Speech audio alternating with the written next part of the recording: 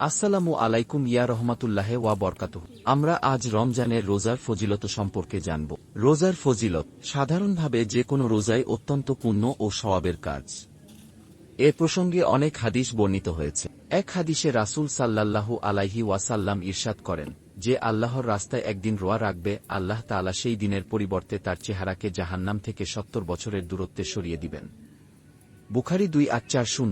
রোজা একান্তভাবে আমারই জন্যে, আর আমি তার প্রতিদান দিব।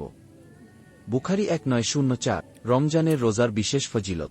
সাধারণ রোজার পাশাপাশি রমজান মাসের রোজার বিশেষ কতিপয় বৈশিষ্ট্য ও ফজিলত বর্ণিত হয়েছে। রোজাদারের ক্ষুধার কারণে মুখের গন্ধ আল্লাহর কাছে মিশকের এক প্রকার দারুণ সুগন্ধি চেয়েও অধিক প্রিয়। ফেরেশতারা রোজাদারের জন্য ইফতার করা পর্যন্ত ইস্তেগফার তথা গুনাহ মাফ চাইতে থাকে।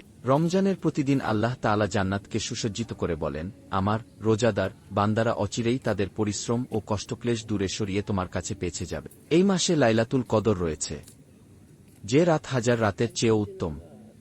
যে এ রাত্রের কল্যাণ থেকে বঞ্চিত হল, তবে সে সকল কল্যাণ থেকে বঞ্চিত হল। রমজানের শেষ রাতে রোজাদারদের ক্ষমা ঘোষণা করা হয়। এ মাসে একটি নফল ইবাদত সওয়াবের ক্ষেত্রে ফরজের সমতুল্য, আর একটি ফরজ ৭০টি ফরজের সমতুল্য। যে পূর্ণ ঈমান ও সওয়াবের আশায় রমজানের রোজা রাখবে, তার পূর্ববর্তী সকল গুনাহ মাফ করে দেওয়া হয়।